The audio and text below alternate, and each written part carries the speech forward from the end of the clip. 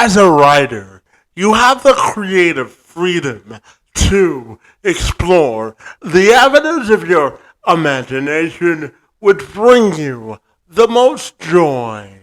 And according to the folks at Indeed, writing as a profession is growing in popularity.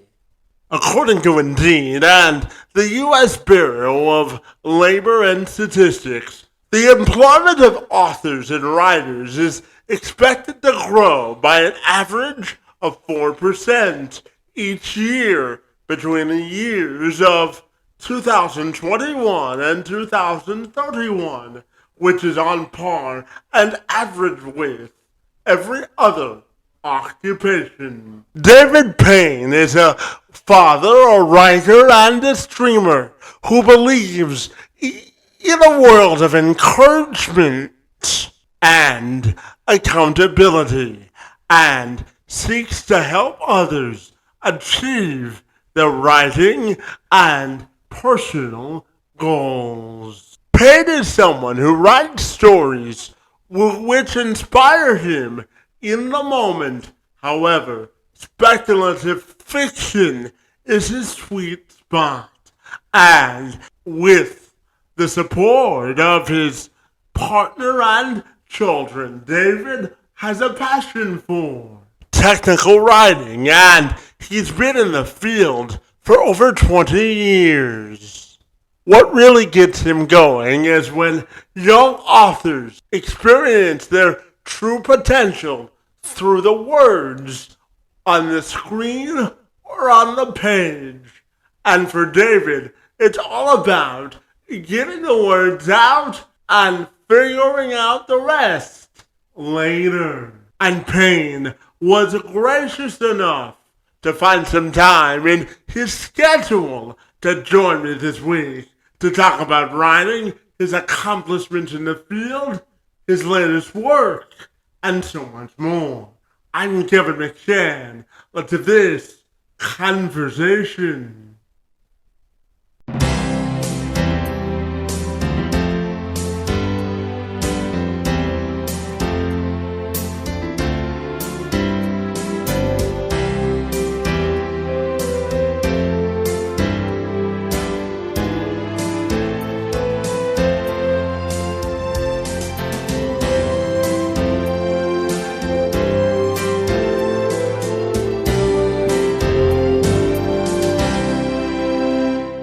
Excuse me.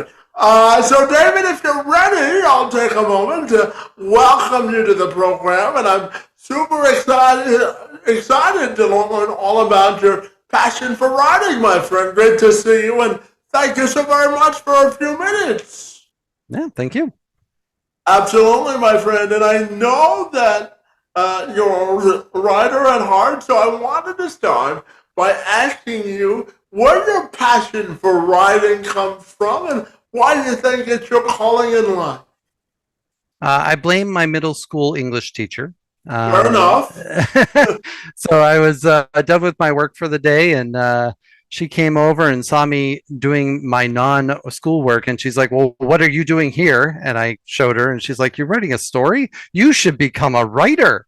And I've been cursed with that ever since. And it's been a lot of fun. I haven't always made time for writing, but I've been happiest when I do. Well, I always say when you make time for the things that you're passionate about and you can turn it into a career, you don't work a day in your life, right? That would be nice. I don't know that it's going to become a career on its own, though, as far as creative writing stuff goes. But well, that's why the grind, it never stops, right? For sure. Absolutely. And David, I know that you believe in a world of encouragement and accountability, and you seek to help other people get sort of clear on their goals, my friend. So I'm wondering if you can tell me all about it and your philosophy on the importance of goal setting itself and where you come down there as well. Sure. So, I mean, ultimately, it comes down to we get a lot more out of praise than we do out of missing our goals or by berating ourselves. So if we start off each day by thinking about what we can do and trying to get there, and then succeeding at the things that we can do, we're going to get farther in life. And that goes for both writing and for other things as well. And I like the world of encouragement. So a lot of the Twitch streams that we writers are on are called productivity streams. We spend a lot of time being accountable to each other because it's always or it's frequently viewed that writing is kind of like a solo activity. And if we're only doing it by ourselves, then we don't have anyone to be accountable to. And instead, if we go over and we share our efforts on stream, we have the opportunity to create a community, get some encouragement, mutual encouragement back and forth, and really enable people to do wonderful things and Yeah, celebrate the wins. it's important, you know. It's funny you should say that. So outside of hosting this podcast, David, I also help organizations build a more inclusive work culture because I was born with what's called spastic quadriplegia cerebral palsy. Simply means that I don't have enough oxygen in my legs to walk normally. And one of the things that I use to motivate businesses to do that at scale is I call it the three capital C's: creating the conditions, creating the culture, and celebrating the wins. So it's important to celebrate wins, isn't it? It certainly is, no matter how small they are. Well, yes, and how long they take to accomplish, right? Right. Absolutely. And David, I'm curious to ask you whether you think manifestations and accountability are interconnected. So definitely, for me, a lot of it is about just putting yourself out there with when you start every single task. So if you go over and say, "I'm going to write a book today," you're probably not going to be able to get a whole book done in one day. Though kudos to you if you can. But going over and setting specific goals that will start you on that journey, whether it's something that you can accomplish in a day or a month or a year, that enables you to say, "Okay, can I be accountable to myself and to others for this?" So, like last year, for instance, I decided to write 1,000,000 words, which to me seemed like a completely impossible goal. I hadn't really been writing before that the previous year or the previous 7 years. So I set myself that goal. I said, well, what do I need to do in order to get there each day? So I manifested that 1,000,000 words, but then I went over and said, okay, I'm going to be accountable to myself by saying, okay, I need to write 3,000 words every day just to get there. Yeah, absolutely. And, you know, David, I know that you focus heavily on empowering people through writing, whether it's getting getting into good writing habits or working through sort of the challenges of life and everything in between. So I'm wondering if you could tell me about creating good writing habits and the important the importance that holds as well. Sure. So, I mean, one of the challenges writers face is frankly themselves. It could be self-doubt. I'm not good enough. I haven't put enough time in. I'm new to writing, for that matter. And all of those statements, I'm inclined to just take them and ball them up and throw them in the trash because they're not helping you at all. At its core, what people really need to do in order to write is time. And that's just about prioritizing time in your day for the writing, whether that's 5 minutes, 10 minutes, an hour, 2 hours, whatever makes sense for your life or your situation, just to get through that. And then things like writer's block. It's an area that I talk about a lot on stream. People ask me, how do you get past writer's block? And it's another idea that I want to throw in the trash. The idea of writer's block is, I can't write this particular novel at this particular moment or this particular story at this moment. And ultimately, what you really need to take out of that is say, well, I want to write today, but I can't write this story. Well, write a different story. If you can't write a different story, look outside look outside your window and say, okay, well, what can I write about outside? Start thinking about your day, journal for a little while. All of those things, even if it doesn't get you towards the goal of writing the story you want to write, will get you to the point of writing daily and improve your ability to write in the future. So it's all good stuff. Yeah, absolutely. And David, you may or may not know this, but July is actually National Disability Pride Month. And as you know, and as I shared with you, I have cerebral palsy. So and I'm also a journalism major. So I wanted to also ask you um, the concept of sort of inclusivity and collaboration and how it can help people solve all of their challenges, whether it be through their writing or in their personal life as well. Sure. Well, so I mean, writing traditionally has been handwritten, and then it upgraded to keyboards, right? And all of those things are options that we have available to us. But now we have dictation, that a software that enables people to dictate into it if they don't have the facilities in their hands. And like I said, if we're in a group of people, if we're in a community of people, you can set up collaborations with people to enable someone telling their story and having another person writing it down, or something similar to that.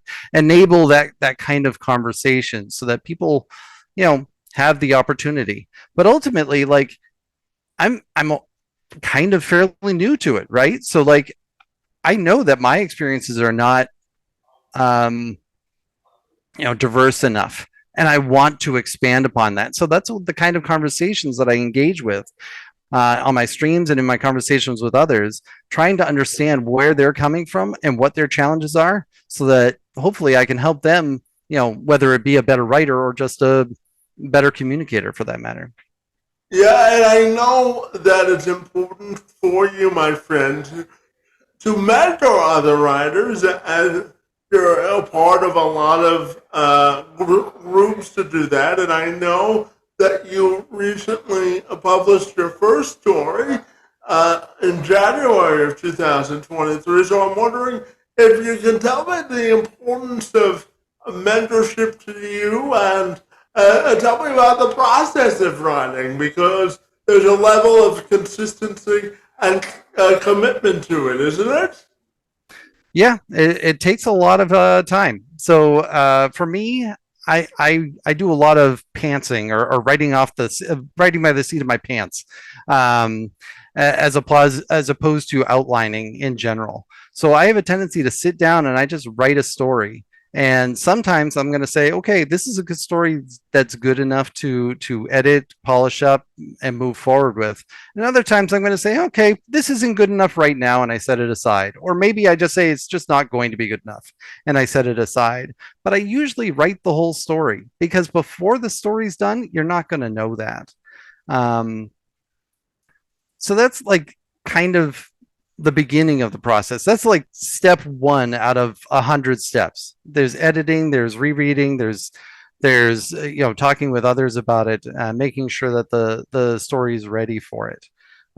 So those anthologies that came out, the Futures Lens in January and Realities Lens in May, they both include a story that I worked a long time on to get to the point where it's at, and I'm very proud of them. But it was a team effort from both the people that are in my stream from day to day, myself, and then the members of the Write team who have really been helping me push forward with my writing. Yeah, absolutely. And David, as an old journalist myself, I know the level of constant commitment that it takes to be a good writer, or a good journalist in my case. So tell me about a sort of, uh, you know, uh, carving out a level of commitment, because, writing wouldn't be for everyone if they don't have the same level of commitment. Would you agree with that?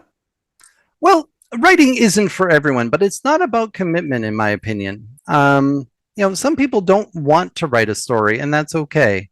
The ones that do want to write a story, they're going to have to take the time to prioritize their day in such a way that they get their writing done. When I came back to writing, I took like a 7 year break. Um, and really, what brought me back to it was okay, I need to set aside the time to do this. And so I said, I'm up early every day. I've got to get my kids off to school and get everybody ready for their day. But I'm a remote worker at the time. I was a remote worker, and so I said I have a period from 6:30 in the morning until 8:30 in the morning where I don't have to be at work, and all of the kids are off to school. That's my time to write. So I gave myself the commitment of writing 2 hours every day, and that's what I did. It's important, and I know that family is a huge aspect of your life. So, tell me why family is so important, and sort of the support system that they provide to you as a writer, and all the other endeavors you've got going on in your life. So, tell me about the importance of family from your point of view. Sure. So, I mean, family's always been important to me, and I mean, I don't want to keep on saying I blame others, but I blame my parents for that. They really kind of set me in a positive way from the outset, and set me on the right path as far as that goes. We have a large family. We've got a blended family of 7 kids, and they're all in different places in their lives, and it has been an utter joy to see the world through their eyes and see what makes them interested or what gets them interested in topics. I frequently read to them at night or even just told stories fresh off the top of my head before bedtime, stuff like that. Um, and I just love to see the light in their eyes when they see something that just, I don't know, encourages their imagination, and it's just wonderful to see. Yeah, absolutely.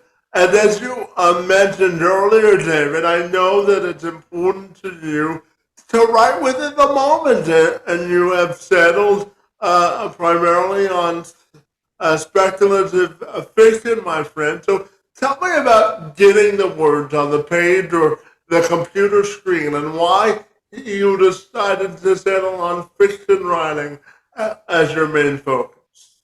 Well, I mean, I've always written fiction, and in that respect, that's why I always go back there. It's not the only thing I've written, but it's where I tend to settle in on when I'm not doing other things.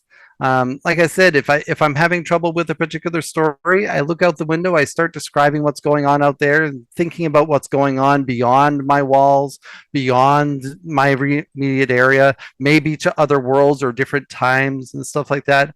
Everything is on the table as far as that goes. And if I can think it, I can put it into words on the page. And that's really all that matters. So as soon as I get an idea in my head, I just run with it and see where it goes. And if it doesn't go anywhere, I start over and see where that goes. Yeah, absolutely. And tell me, David, in the type of writing you do, I'm fascinated to ask you what you think writing provides you with an increased level of creativity, which also allows you to stay in touch with your imagination as well. So, how do you think those two things are interconnected? Well, quite simply, when I wasn't writing, I didn't feel at all creative. I kept on looking for creative outlets. I picked up computer programming for a little bit for fun. It didn't work out for me. So really, what it comes down to is by letting my imagination wander and allowing me to explore these different stories. I mean, I'm virtually creating a new story every day, sometimes the same story over the course of days, but I'm very happy with just saying, okay, what else is new today?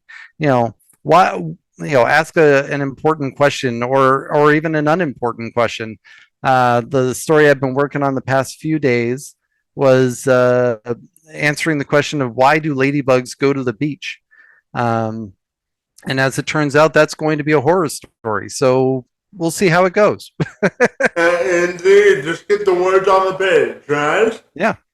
Yeah, absolutely. And David, tell me, when you look at getting more younger people excited about writing. What do you think is the key to getting that done on a more sustainable scale? I mean, at the end of the day, it's just about encouragement. We can give them the space to read, learn, and explore, and that's very important. But just encouraging them to just go ahead and what I like to call it wandering the page. I'll just allow themselves to go onto the page and do whatever they want, and it doesn't have to be words. It can be images or diagrams or whatever they need in order to get their story out. It's less about restrictions and more about enabling options. I'm going to steal that. Enabling options. I like that one, David. It's not stealing. It's happily given. It's community sharing, right? Community there you sharing. go. That's exactly right. And David, tell me, what is your passion for living, learning, and growing come from? Why do you think that's important? And where does your passion to do those three things come from? I mean, what's not to love about it, right? Absolutely. I mean, living, learning, and growing. I'm just here to exist. I want to know, I want to see, I want to do so much.